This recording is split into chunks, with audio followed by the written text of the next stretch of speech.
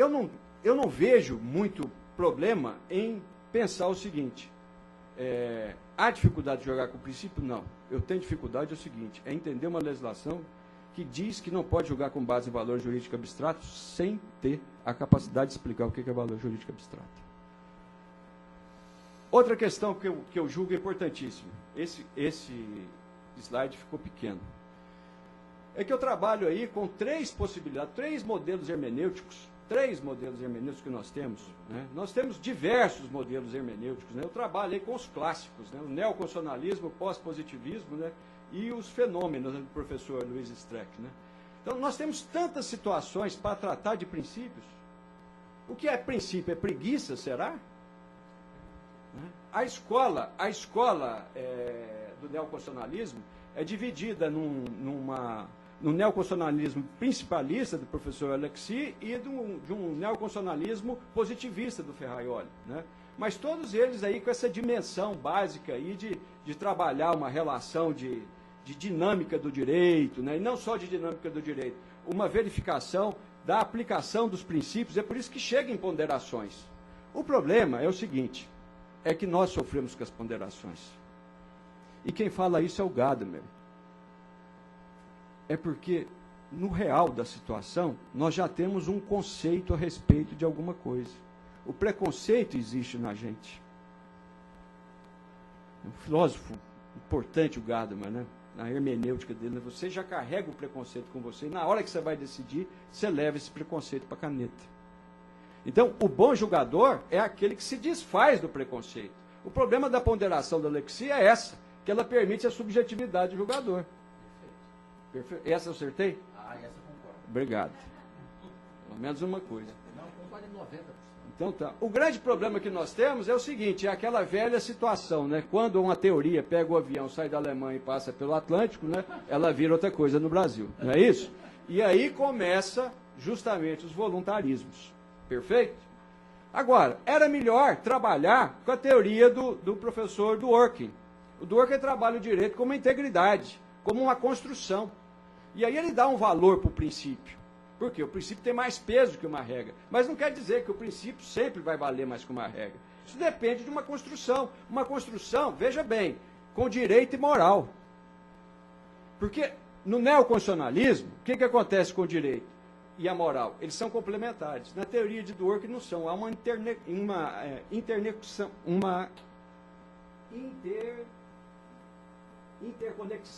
com a moral, do direito com a moral. Então vejam bem, os senhores, a proposta do Dworkin é muito boa porque ele trabalha com a tese de princípios, tese do direito e tese de interpretação. O que seria a tese de princípios dele? Princípio tem peso, regra não tem. Temos que trabalhar com o princípio porque ele dá solidez ao sistema. O que são a tese do direito? Os direitos são levados pelos princípios, mas direitos não são policies. O que são policies são as políticas públicas.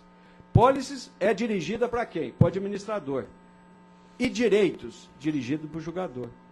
E olha o final da tese dele. A tese dele é a tese da interpretação.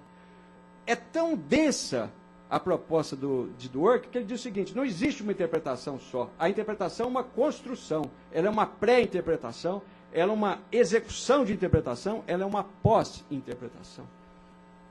Mas ele liga com a moral também. E também o professor Lênio.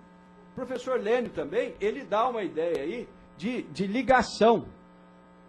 Ele tem um livro dele que chama Decisão Jurídica e Hermenêutica, famoso o livro dele, né? Um bom professor que nós temos no Brasil. Né? Quais são os 5 princípios que ele carrega dentro da teoria dele? O direito é autônomo, ou seja, tem as ferramentas dele. Nós temos que evitar a discricionariedade jurídica. Por exemplo, olha aqui, a tese dele não serviria para essa legislação. Por quê? Porque o administrador trabalha muito com discricionariedade. Veja bem o problema. Veja bem o problema. De outro lado, ele defende também a integridade e coerência. Ele separa motivar e justificar, o que é muito importante, né? Exige como direito fundamental uma resposta adequada dos órgãos julgadores para as pessoas. Muito boa a tese dele também, né? Eu acho que todas essas teriam uma importância muito grande numa formulação da resolução do problema dos princípios. Nós não precisaríamos dizer que não se pode julgar com base em valores jurídicos abstratos sem mostrar consequência. Né? Não precisava disso. Né? O que são consequências práticas também, né, desse artigo 20? Não explica o que são consequências práticas. Não explica. Ou seja, quem pensou a lei critica os conceitos jurídicos determinados e trazem outros. Né? Horrível! Lei horrível! Horrível! Aí não tem que alimentar, eu vou ter que intervir. E um outro detalhe, é isso que o professor Flávio disse mesmo, né? Ela exige uma prognose de quem vai jogar. Qual que vai ser a consequência prática? Isso está no livro do Castanheira Neves. Castanheira Neves é fabuloso, autor da ideia do jurisprudencialismo, né? É tanta consequência que se coloca, mas tanta consequência que o julgador fica com medo. Ele não vai julgar porque ele tem medo. É isso que essa lei está fazendo. É isso. Aí eu lembro de Eduardo Couture. Quando o juiz tiver medo de decidir, a população não dorme mais tranquila. Eis um grande problema que nós temos que resolver. Esse artigo 20 é inconstitucional a todo jeito. Mas eu disse, a divisão do Supremo vai fazer o quê? 2 times. Né? De outro lado, aqui, há um autor argentino muito bom, que os administrativistas deviam ler, que é o professor Ricardo Lorenzetti. Teoria da decisão judicial. Já que eu não pedi para vocês entrarem em decisão jurídica. Se vocês quiseram, toma aí. Teoria da decisão judicial é um livraço. É um livraço. O professor Ricardo Lorenzetti está aqui. Eu queria pedir ao procurador-geral, traz ele lá da corte argentina para ele dar uma palestra. Ele vai falar em português conosco. Ele vai respeitar o Brasil. Ele vai falar teoria das fontes, vai falar de direito fundamental. Ele é um jurista completo. Tem que mostrar essa lei para ele. Mas, olha que interessante. Ele fala assim, como que nós fazemos o controle dedutivo? Controle da norma e do fato. Ele é espetacular. Primeiro, o que ele apresenta? Olhar para trás. Seguir os precedentes, o passado.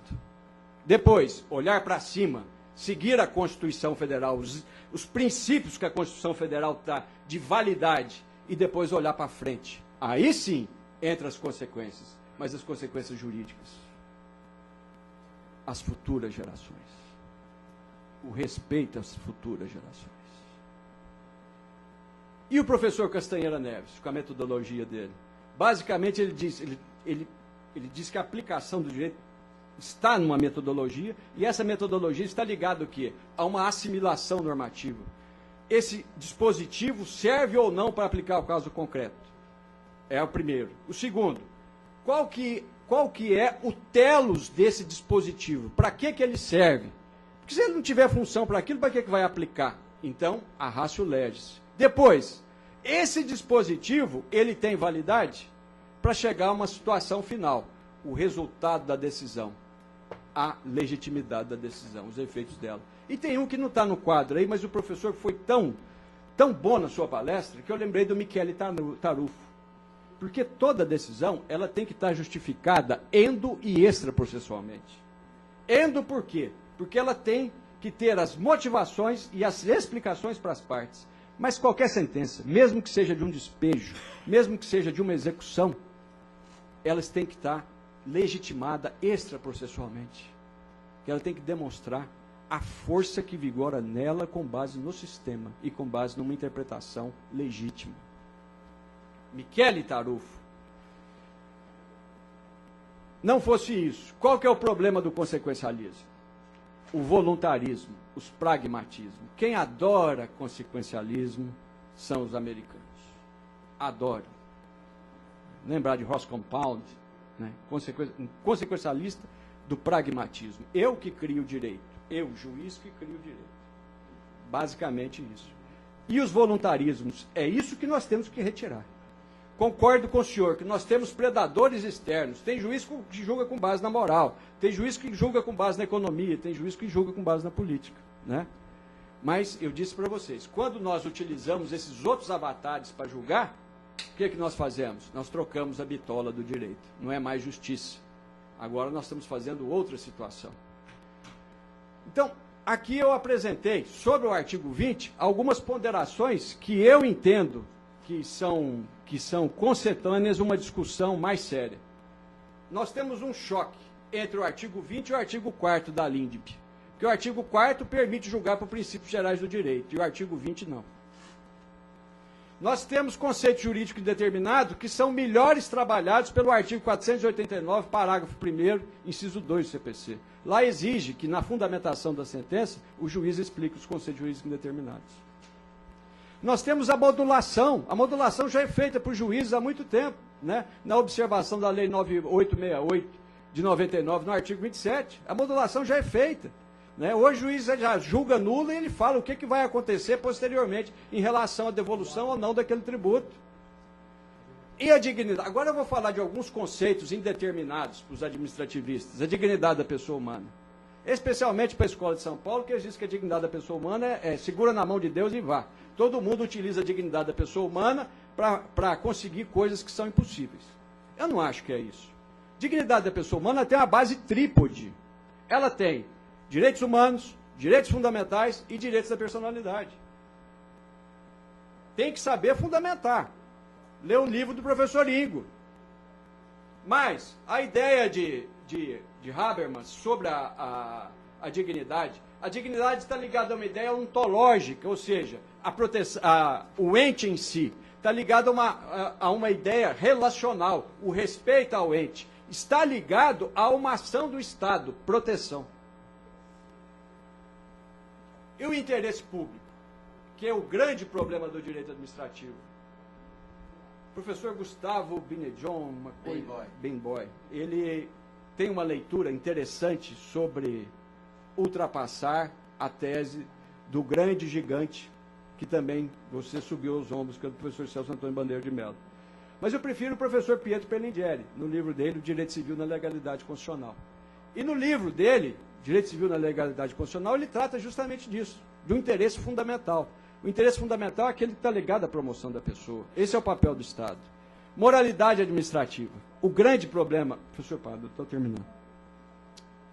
O grande problema da moralidade administrativa é um conceito muito aberto.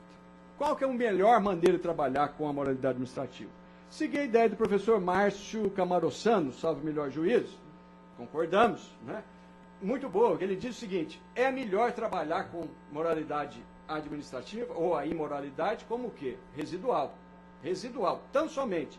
Você tem que ver o seguinte, porque os outros princípios do artigo 37, eles são mais concretos. A impessoalidade, a publicidade, a moralidade não é. Mas eu destaco para os senhores o seguinte: moralidade é um dever fundamental, que está lá no artigo 5º, inciso 71 da Constituição Federal.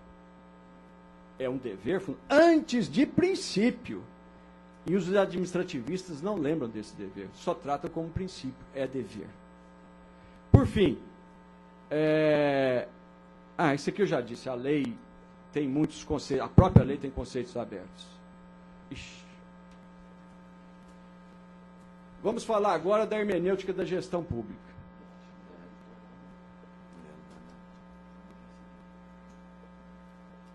Estou no tempo ainda, né? Não, né? Dá só mais 10 minutos que eu termino. Quando eu quero falar de hermenêutica e gestão pública, eu vou falar da interpretação da norma, elementos de contextualização e, basicamente, da mutação hermenêutica. O professor já disse muito bem. O que eu quero dizer, basicamente, para vocês? Olha que interessante. A legislação, lá do artigo 22, basicamente diz o seguinte, do artigo 22, fala o seguinte: na interpretação da norma, erro crasso da legislação. Por que erro crasso da legislação? Porque norma não se interpreta. A norma é o produto da aplicação e interpretação. Isso é por Kelsen. Ou a norma começa com a interpretação do fato. Richard Palmer, um autor inglês, ele diz que até o cachorro interpreta quando ele cheira. Até o cachorro interpreta quando ele cheira. Agora, o melhor é a gente entender isso aqui, ó. Interpretação do fato. O bom juiz, ele não começa interpretando o dispositivo legal. Ele começa olhando qual que é o fato concreto. Então, como eu disse para os senhores, o direito é uma ciência tópica. De outro lado, Trabalhar com o professor Friedrich Miller, o âmbito normativo, ou seja, o fato, mas o programa normativo, o texto, forma a norma. Mas a legislação do artigo 22 é a interpretação da norma. Nós construímos a norma, ela não é interpretada. E, por fim, dizer com a ideia de o direito é um sistema de segunda grandeza. Se não houver o fato que provoca o direito, a coisa do direito não existe. O objeto que está ali na legislação não existe. Outra questão interessante, isso vai estar no artigo 23, é o que trata dos elementos para interpretar. Não, está no 22 ainda, dos elementos da interpretação. O que tem que levar em consideração o administrador, atenção, o julgador e o controlador? Levar em consideração as circunstâncias objetivas, as políticas públicas e, essencialmente, os direitos dos administrados. Ora, quais são as circunstâncias objetivas que eles colocaram para dizer da dificuldade do administrador? Primeiro, as ocorrências fáticas que o gestor não é responsável por elas. O que são essas ocorrências fáticas? Causas externas, por exemplo, mercado, aumento do dólar, ou causas internas, os problemas que a gestão tem, não causados por ele. Apresentou a circunstância objetiva nesse artigo. Mas há mais um elemento para interpretar, as políticas públicas. O que são políticas públicas? São também deveres fundamentais do Estado para com a população. As políticas públicas são metas a serem alcançadas. Aí, o mesmo artigo vai tratar do direito dos administrados. E o que é que fala dos direitos do direito dos administrados? Sem prejuízo dos direitos dos administrados. A relação jurídica do Estado com o administrado é uma relação jurídica fundamental pela Constituição Federal. Quando a gente estudava o direito administrativo na nossa época, anos e anos atrás, é o direito administrativo ou administração pública com A maiúsculo, e por conta do A maiúsculo, a sujeição do administrado perante ela. Ela é superior a você. Só que quando você coloca na relação jurídica, ela vira sujeito de direitos. Ela fica em pé de igualdade. E agora caracterizada pela Constituição Federal. Então, o que eu quero dizer para os senhores? O artigo errou, porque ele só diz circunstâncias objetivas. Ele não diz circunstâncias subjetivas. Quais as circunstâncias subjetivas nós temos? O vulnerável, a pessoa com deficiência, o analfabeto, aquele que não vai para a escola. Isso não foi levado em consideração na interpretação da norma. Ou seja, com isso, aí voltando em quem escreveu a norma, há um artigo para isso do professor Carlos Ari Sanfeld, que ele fala justamente de quê? Há necessidade de fazer a reserva do possível. De novo esse debate? De novo? A reserva do possível? A DPF 45 já não vale como precedente? De novo? Eu não falo em reserva do possível, eu falo em máximo existencial, nem em mínimo existencial, porque o Estado é devedor das pessoas. Ele veio para cumprir tarefas. É o Estado cooperativo. Indo mais rápido, a modificação da interpretação também, a lei trouxe questões interessantes. Trouxe o princípio da confiança e da segurança. Ou seja, lógico, se há uma mudança de orientação da interpretação, então há necessidade de preservar o que foi feito. Então, a legislação trabalha com uma questão muito interessante aqui. Ou seja, confiança é um dado subjetivo, uma legítima expectativa criada, e depois vem a segurança, um dado objetivo. Aquilo que é meu tem que ser preservado. Pois é. E a palavra do gestor? Que esse artigo nada fala. Nós devemos confiar na palavra do gestor? Vocês já repararam que o Brasil até hoje não teve reforma política? Até hoje não teve reforma. Nós estamos votando no mesmo sistema ainda. Briga, Lava Jato por um lado, preso político por outro lado, e a reforma política não vem? Para melhorar a qualidade das nossas decisões, eu tenho um livro aqui muito bom, ó, não impresso, vocês podem tirar foto depois tentar comprar. É o livro do professor Eduardo Garcia de Enterria, né, que ele fala aqui do controle da administração pelos juízes. Ele fala o seguinte, que o político, ele não representa o povo, ele é gestor da vontade do povo. Gestor da vontade do povo. E ainda nós estamos num sistema aqui até hoje de representação. Né? Revisão administrativa, o professor também disse muito bem, diz o seguinte, se vai rever, tem que rever com base na lei da época. Eu concordo com isso, mas o Código Civil não é assim. O artigo 2035 do Código Civil, ele estabelece o seguinte, pode haver retroatividade para a proteção da ordem pública, considerando especialmente o quê? Função social do contrato é função social da propriedade. Porque essa ordem pública constitucional que nós temos. Para frente. Pode haver um compromisso de ajustamento que está ligado a uma ideia, de concertação administrativa. Estou terminando, professor. Uma concertação administrativa. Hoje é muito comum essas concertações administrativas interorgânicas. Tem até um livro muito bom aqui de um professor de Belo Horizonte sobre isso. O que quer dizer isso? Olha, se há incerteza, se há insegurança, se há conflito, vamos tentar resolver isso pelos ajustamentos. Isso é legal, isso é importante, porque mostra o quê? Mostra a consensualidade da administração, mostra a processualidade. Mas o artigo que trata desse compromisso, ele fala das licenças. Eu tenho vontade de chorar aqui perante os senhores. Brumadinho, 200 mortos. Uma lei dessa. Brumadinho, 200 mortos. Nós não sabemos trabalhar até hoje prevenção e precaução. Não sabemos. Jogamos fora a prevenção e precaução. E são princípios tão importantes, porque é o seguinte, como estamos na sociedade de direitos fundamentais, reparar dano hoje não é nada. Como você repara um dano para uma pessoa? A quantidade de direitos fundamentais que ela tem. Saúde, educação, como que você vai reparar? Não tem como, não tem dinheiro no mundo que pague. Então, é melhor o quê? Fazer a evitabilidade do dano. Isso é obrigatório para todos nós, para o judiciário. O judiciário nega liminar, dizendo que aquela licença está valendo. Às vezes ele vai contra o parecer técnico, às vezes ele não busca uma solução que ele vá perante a barragem para ver a situação que está. A situação de perigo. Você sabe que o barraco vai cair. Você está vendo, mas você insiste que isso não vai acontecer. Importantíssimo. Essa legislação aqui, perante Brumadinho, ela está revogada. De outro lado,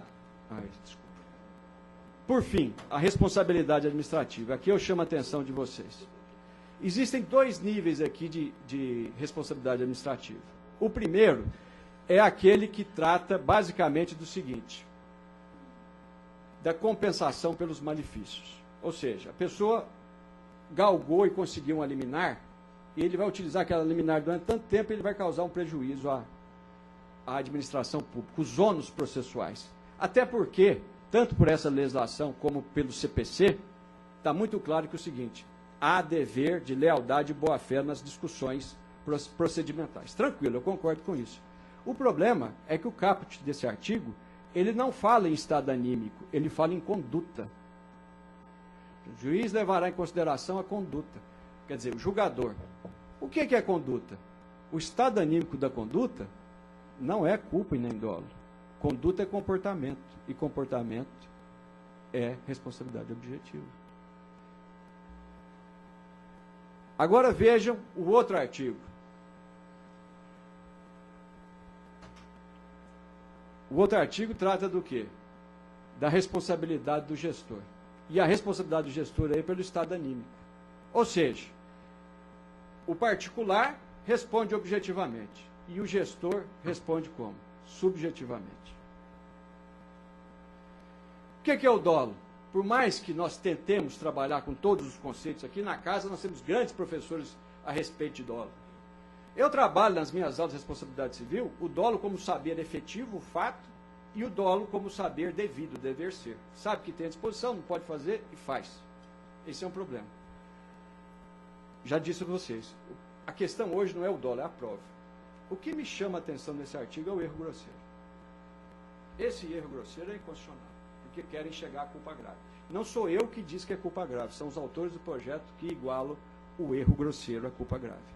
Minhas considerações finais, quero dizer aqui para você, pediram para falar do Ministério Público, quem olhar direitinho aí, ó, o que eu falo rapidamente da evolução do Ministério Público, tipos de Ministério Público, se eu tenho aqui ó, um direito, primeiro, repressivo, do medievo, um direito autônomo do Estado liberal, um direito responsivo do Estado social, um direito reflexivo da pós-modernidade, qual que foi a evolução do Ministério Público nisso? O Ministério Público antes defendia o rei, depois o Ministério Público defendia a norma, depois o Ministério Público tinha uma racionalidade e equilíbrio no Estado social, e hoje ele tem que defender os direitos fundamentais. A minha conclusão, ela é muito simples e ela é muito tosca. Primeiro, essa lei é uma contrafação sistêmica, que, como eu disse, ela faz da praça o jardim. Ela traz para o direito, essa legislação, ela trata o sistema como direito administrativo. Ela cria uma situação que não pode ser criada no Brasil, uma interpretação favorável ao gestor. Eu já vi interpretação favorável ao consumidor, a gestor nunca. Essa é a primeira. O gestor é um hipervulnerável. Agora. Segundo lugar, ela adota um único modelo de interpretação, o consequencialismo. O problema do consequencialismo, das consequências práticas, é chegarmos à economia. E aí vamos julgar de acordo com a cabeça dos professores de economia. E aí você sabe onde é que nós vamos chegar? Naquela famosa interpretação 4.0. Naquela interpretação que nós vamos trabalhar com inteligência artificial. E aí, para que as instituições? Para que o Poder Judiciário? Para que o Ministério Público? O consequencialismo vai mandar no mundo. Né? Entretanto, o Código Civil Argentino, aprovado em 2015, ele trouxe disposições sobre governança, direitos humanos, accountability. O professor Canotilho, ele tem um livro que chama Interconstitucionalidade e Brancosos. E ele tem um artigo que ele escreve só sobre boa governança, accountability, o princípio da condução responsável da gestão. Assim, para mim, o que aconteceu em 42, uma legislação violenta, clandestina e precária, ela foi repetida em 2018. Ninguém, jamais, e o gestor não pode ser. Ninguém, o presidente da República, o presidente do Supremo, o presidente do Congresso Nacional, ninguém é superior ao principal ator da sociedade. E esse principal ator é aquele que carece de direitos fundamentais, que é o cidadão. Eu encerro aqui minha participação, desculpa delongar.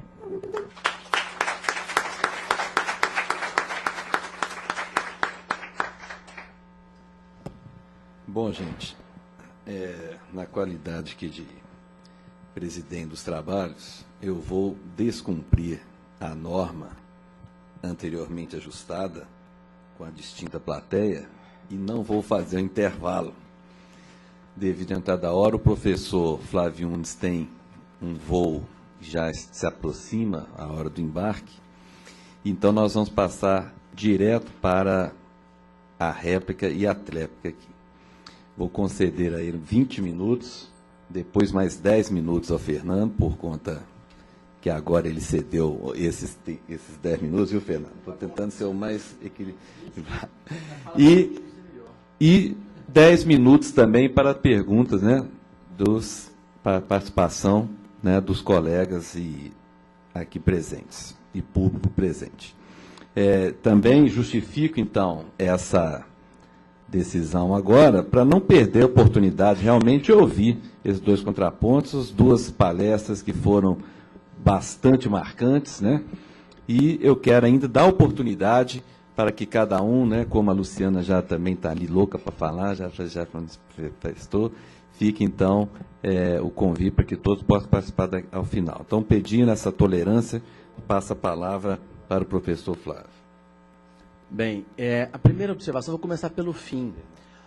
O professor Fernando, que nos deu essa aula, e eu quero dizer que realmente aprendi muito, e reflexões que não me ocorreram passam a me ocorrer a partir de hoje, mas alguns pontos eu gostaria de observar. O professor Fernando entende que é inconstitucional o erro grosseiro do artigo 28, se encontra porque a Constituição, no artigo 37, parágrafo 6º, fala em culpa e não em culpa grave. É isso, professor, que eu entendi?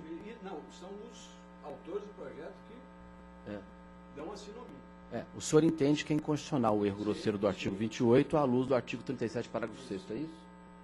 A minha ponderação é a seguinte.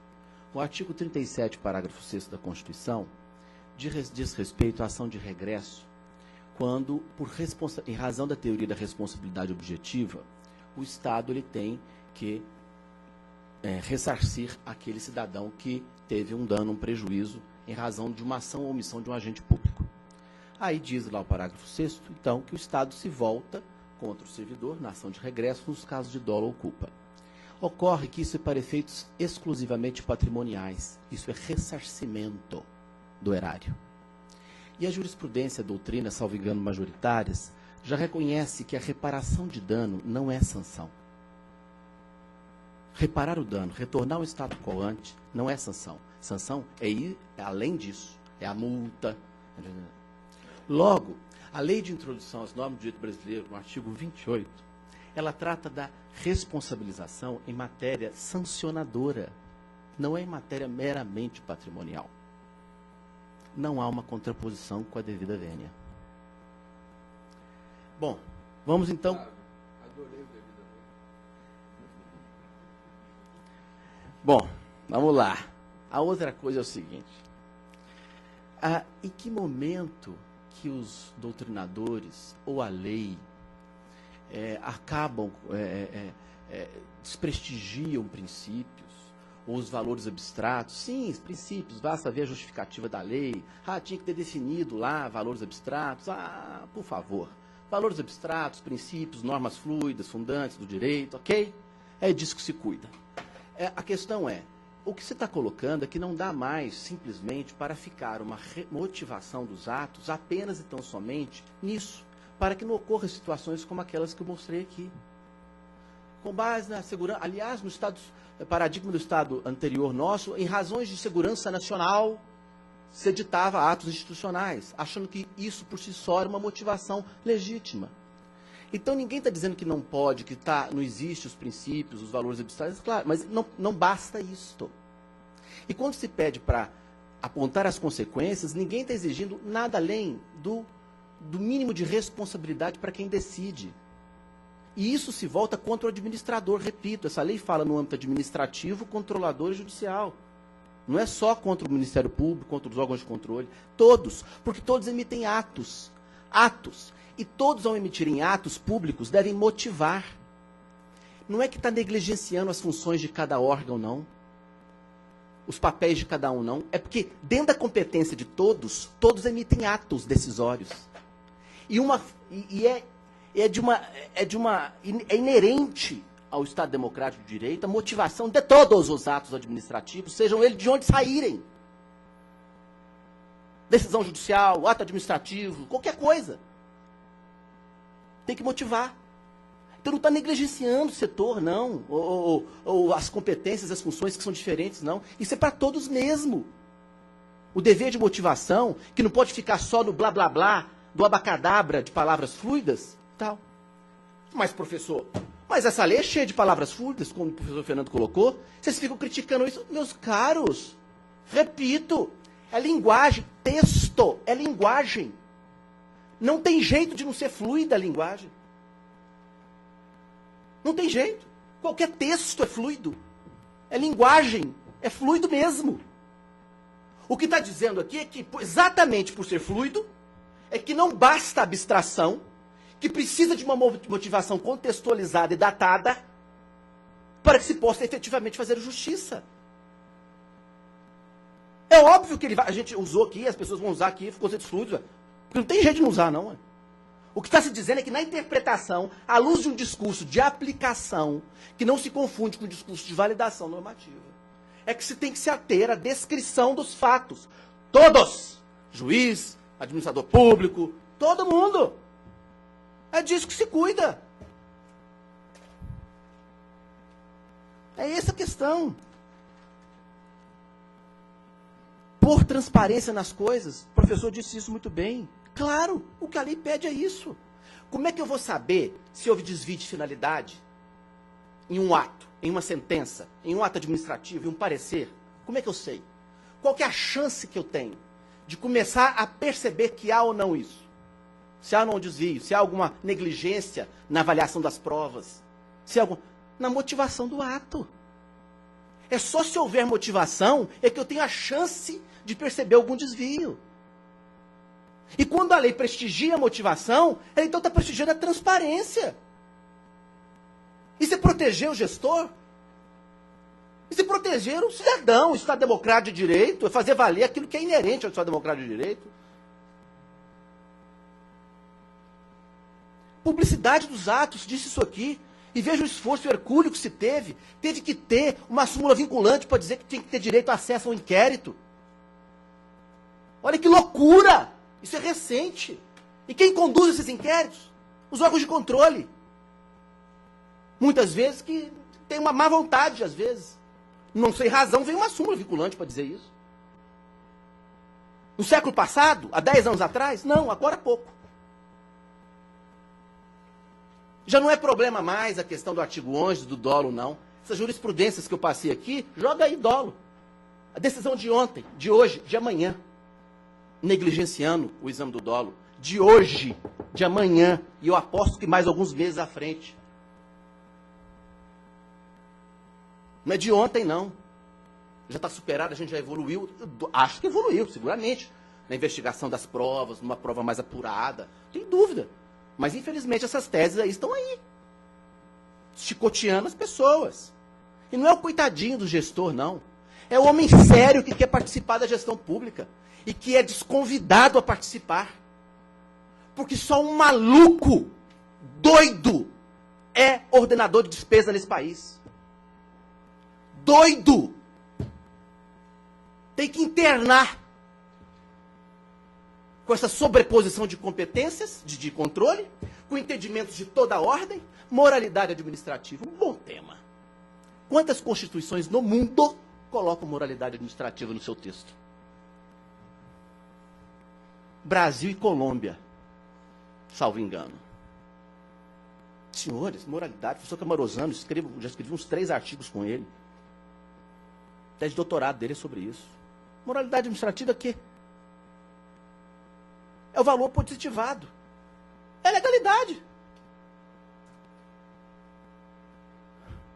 E foi construída essa ideia de moralidade para desvio de poder, na teoria lá do desvio de poder e tal.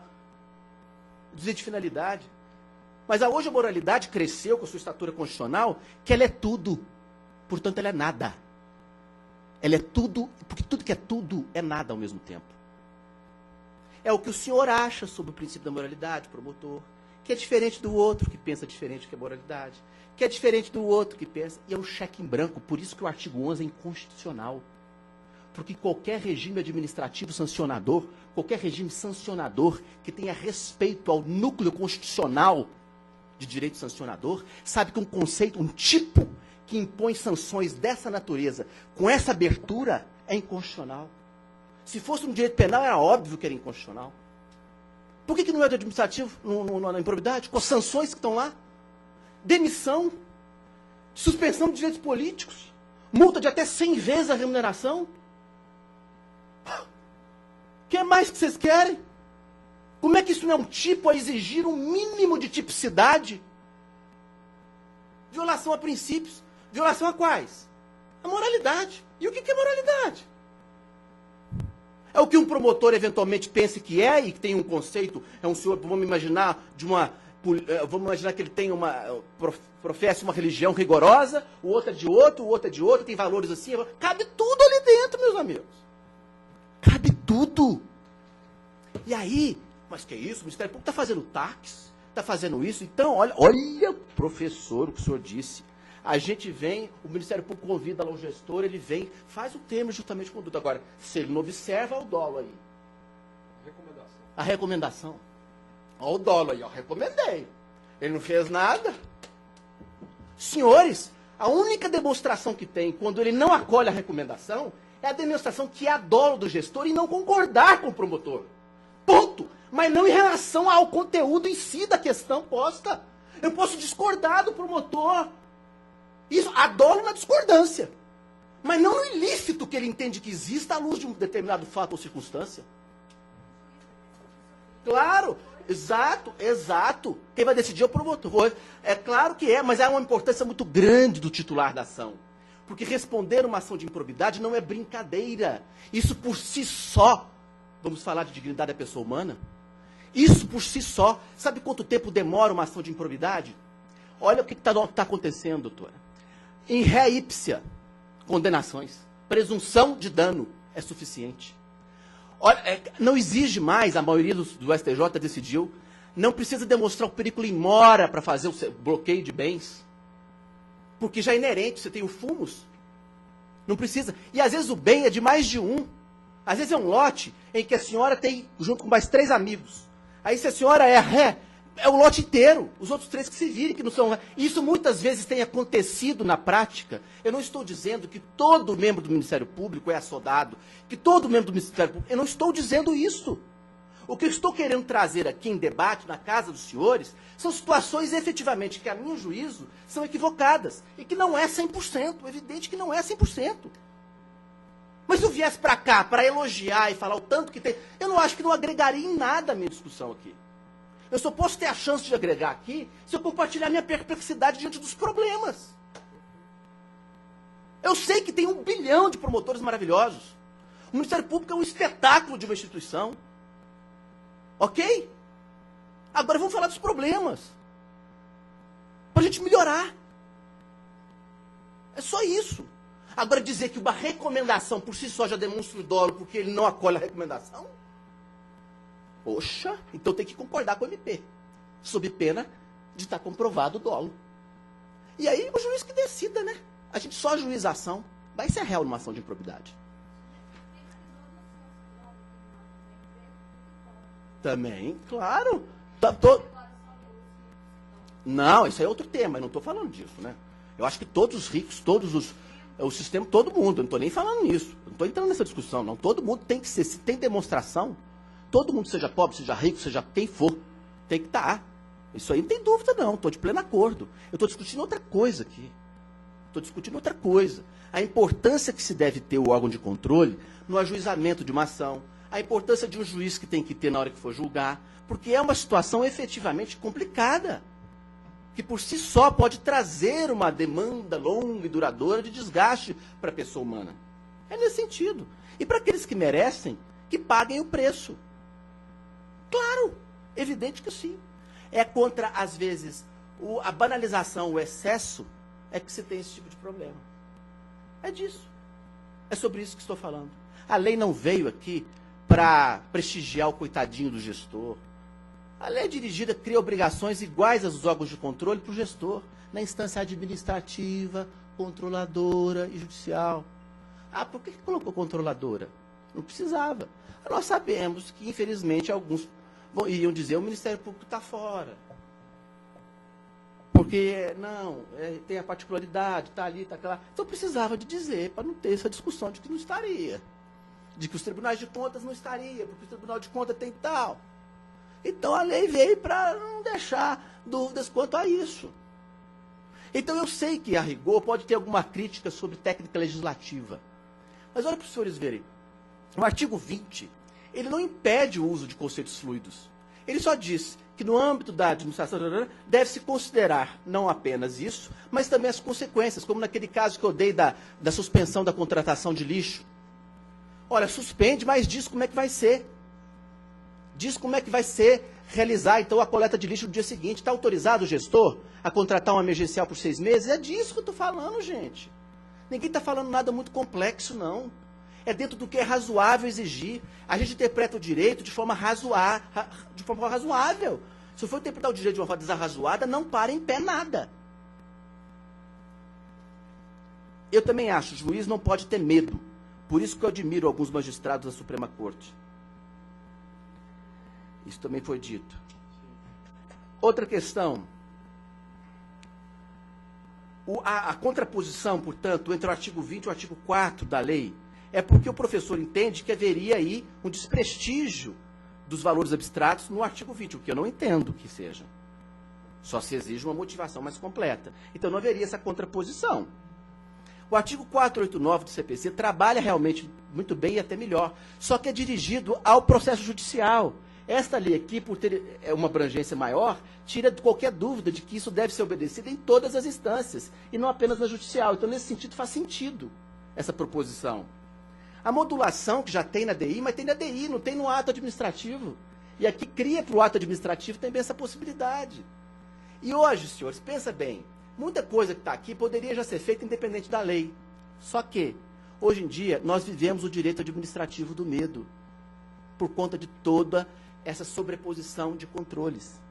Então, hoje, um gestor ter a ousadia ou a criatividade para lidar com os problemas reais e concretos, visando o bem comum, dar soluções para problemas graves de saúde, de segurança, de uma série de coisas, ele às vezes tem que ser ousado. O problema é que ele fica com medo de, nessa ousadia criativa de gestão, passa o tempo lá na frente engenheiro de obra pronta. Viram para ele e falam, não tinha lei para segurar isso, uma lei específica, uma lei que autorizasse. Então era importante ter essa sustentação legal, exatamente para dar um pouco mais de segurança para o gestor. É essa que foi o intuito. A lei veio para isso. A lei não teve maldade nenhuma na sua ajuizamento, na sua propositura. Os estudos do professor Carlos Ari, a equipe lá, basta ir lá conhecer. É um monte de gente séria querendo pensar o Brasil, pensando de uma forma melhor. É uma pena, repito, que a despeito de livros encaminhados para órgãos de controle e tudo mais, ninguém se deu atenção de participar do debate no processo legislativo, e só depois é que vieram algumas críticas e que, a meu juízo, muitas delas, não todas, mas muitas delas, não me parecem procedentes. Tem que saber fundamentar uma das últimas frases do professor na sua exposição. É isso. A lei pede isto. E o fato da lei ter colocado normas de direito administrativo não revoga os dispositivos anteriores e já existentes da lei de introdução às normas de direito civil. Estão todos valendo. Ah, mas não seria bom colocar setorizado? Tá bom, então tá. Houve um erro de técnica legislativa, ok? Se a crítica for essa, eu acho então que a coisa está muito bom para nós. Muitíssimo obrigado. Bom, então, agradecendo mais uma vez ao professor Flávio, mais 10 minutos agora ao Fernando, para a gente abrir Professor para Flávio, a participação dos... gostei de te conhecer, muito inteligente, isso é importante, vivo. Não, assim, tem conteúdo dogmático, domínio de conteúdo, inteligentíssimo, muito bom, bom de fazer o debate. Até a dúvida. Estou te esperando lá de fora.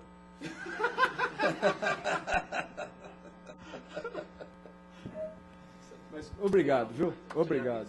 De fundo do coração. A UFMG deve ser honrada pela sua pesquisa, te juro. Até emociona.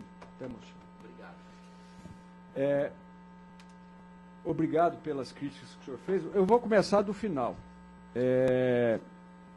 Diz o professor o seguinte, que as instituições não compareceram, apesar de publicados 5.000 exemplares da legislação, do projeto de lei. O artigo 29 dessa legislação diz o seguinte, sempre que possível, se possível, faça consulta à população para a realizabilidade das decisões administrativas, controladoras e judiciais. Ou seja, a legislação determina isso. E o projeto negou a legislação. Não teve, professor. Não, teve a consulta da internet. Não, teve um evento, consulta pública aberta. Não, pouca, porque isso deveria ter sido chamado de uma forma estratosférica, igual eu disse lá do decreto. Não pode, porque essa legislação, só de convir comigo, se nós estamos falando de lex legum sistêmica, então ela tem uma importância muito grande. Eu quero dizer que os autores foram muito inteligentes, não estou falando de má fé. Se eles quiseram dar uma construção de defesa para a gestão pública, fizeram no lugar certo. A estratégia foi correta. É isso. Então, eu acho que deveria ter feito uma consulta que fosse essencial. Eu acho que não partiria das instituições como TCU, TCE, Ministério Público Federal, ir ao Congresso. Trataria do Congresso vir aqui. Diferente. Para saber o seguinte, eu tenho o dever de cuidado com a legislação que eu vou positivar no sistema. Esse é um problema. Recomendação. O dolo, quando ele sequer responde à recomendação. Eis um problema. Quando ele responde de forma fundamentada e demonstra os motivos, é outro detalhe. Tinha um prefeito em Uberlândia que falava assim, não, eu fui eleito. Eu fui eleito pelo povo, fui eleito no primeiro turno e, por conta disso, liminar e recomendação do Ministério Público não vale nada, porque eu que sou prefeito, não é o juiz, não é o promotor. Hoje está lá. Onde que vai, cai uma ação de improbidade. Aonde que ele vai? Por quê? Não respondeu. Ele tinha que justificar, motivar, falar, não vou cumprir por conta disso. Nada. De outro lado, por que Brasil e Colômbia têm moralidade administrativa na Constituição? Eu já falei, a Constituição de 88 é uma resposta às mazelas anteriores. Uma resposta. O problema da improbidade e da corrupção Primeiro, da corrupção. É uma questão cultural. Isso tem que ser resolvido na base da educação, na base de direitos humanos. Eu penso que a solução é por aí. A improbidade. Evidente que há excessos. Há excessos de interpretação por parte de membros do Ministério Público. Evidente que há. Entende a legalidade de uma forma estrita. O professor Carlos Ari Sanfeld, ele tem um livro que chama Direito Administrativo Ordenador. Quando ele era professor da PUC, não sei se ele é mais, ele inteligentíssimo, ele não falava ele não abordava a ideia da legalidade estrita, ele falava do bloco da legalidade. Hoje nós falamos bloco da constitucionalidade. Por quê? Porque os tratados, especialmente dos direitos humanos, compõem o nosso sistema jurídico. Compõem. Então, o que eu devo dizer? A nossa Constituição colocou antes de princípio a moralidade administrativa no artigo 37, colocou como dever no artigo 5º, 71. Mas eu vou além. Será que o artigo 11 é inconstitucional? O que é inconstitucional? É não ter pertencialidade à Constituição. O 11 repete o que a Constituição determina. Então eu vou chegar àquela ideia do Otto Bachoff. Qual que é? Existem constituições inconstitucionais? Constituições inconstitucionais. E de outro detalhe, o que aconteceu? O Estatuto da Pessoa com Deficiência agregou um inciso lá no artigo 11. Aquele gestor público que não faz as políticas públicas de acessibilidade responde por improbidade. Por que fez isso? Então, se eu fizer o controle de convencionalidade do artigo 11 desse inciso, eu vou ver que esse inciso está de acordo com o Tratado de Direitos Humanos, uma convenção do qual o Brasil é signatário, e que ela foi aprovada no Brasil na forma do parágrafo 3º do artigo 5º. Não há nenhuma inconstitucionalidade. Eu, particularmente, eu tenho medo dessa legislação, porque uma coisa, o professor Antônio Junqueira explicou muito bem para a gente, uma coisa é estar escrito, outra situação é aquilo que você interpreta daquilo que está escrito. Em situações possíveis, nós vamos ter a análise econômica do direito respondendo sobre os fundamentos da nossa Constituição Federal. E aí vai ser fácil para qualquer juiz e tribunal liminar para as pessoas que dependem de promoção, daqueles que estão abaixo da linha dos direitos fundamentais, daqueles que são pobres juridicamente. Acho que o papel do direito é garantir o livre desenvolvimento da pessoa humana. De regresso é que não se trata. Muito obrigado. Então, agora eu gostaria de abrir a palavra a quem quiser fazer alguma colocação, alguma pergunta aos nossos palestrantes. O microfone está ali à disposição.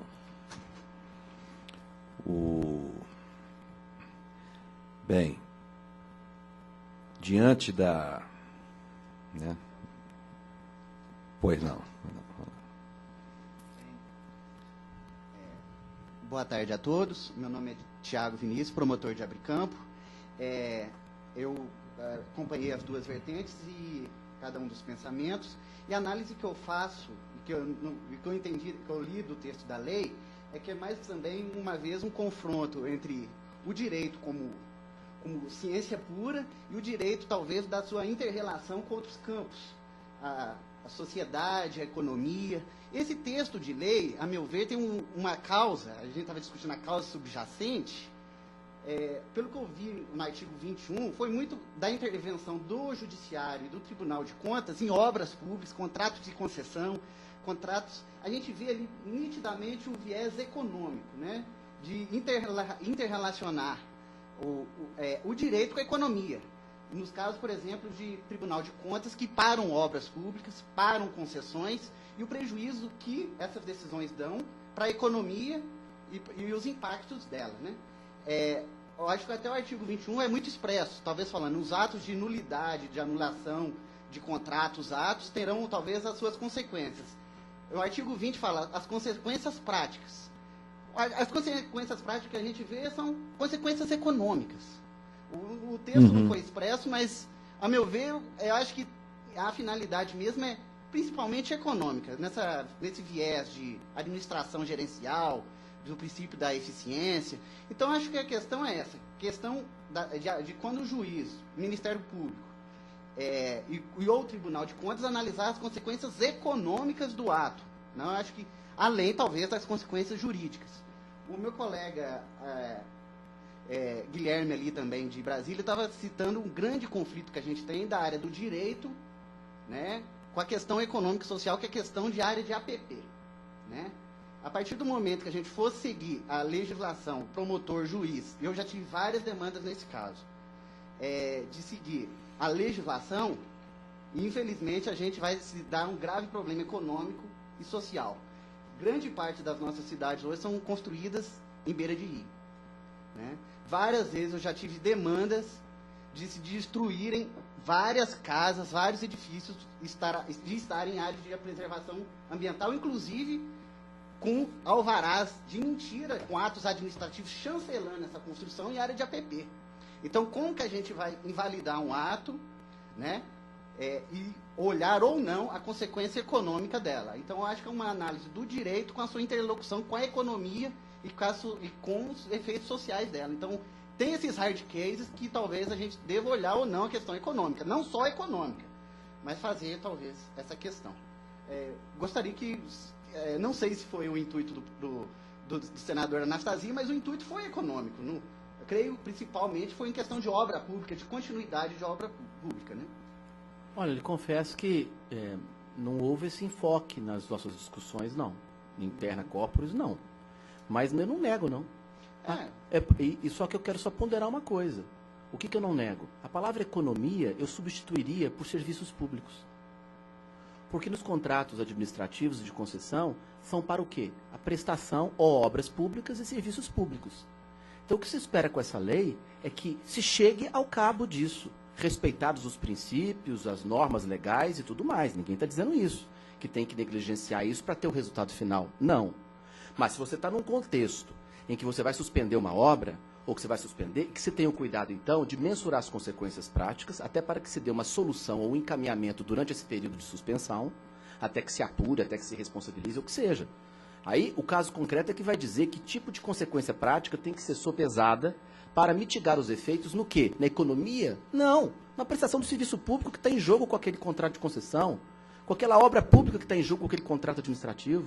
Porque às vezes as pessoas falam a palavra economia como se fosse o capeta. Não. Inclusive, eu acho que a pior obra que tem é a obra parada. Exato. Então, como é que faz para você? A pior obra que tem é a obra parada. Então, tem de penalizar o... Exato. Penalizar o contratante. Exato. E preservar o máximo possível. E tem que relicitar e tocar a obra. Isso. Eu acho o que problema é que fica parado muito... Exatamente. Eu concordo com você. Suspende, responsabiliza, mas que tenha uma dimensão das consequências daquilo, visando a conclusão da obra ou a prestação do serviço público, assumindo aquele que decide a responsabilidade de também direcionar um pouco isso. Olha, então em 6 meses que se retome uma nova licitação, que se faça determinada medida, entendeu?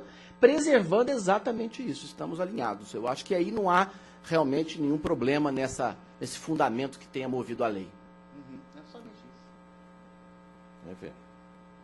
Quer fazer alguma ponderação?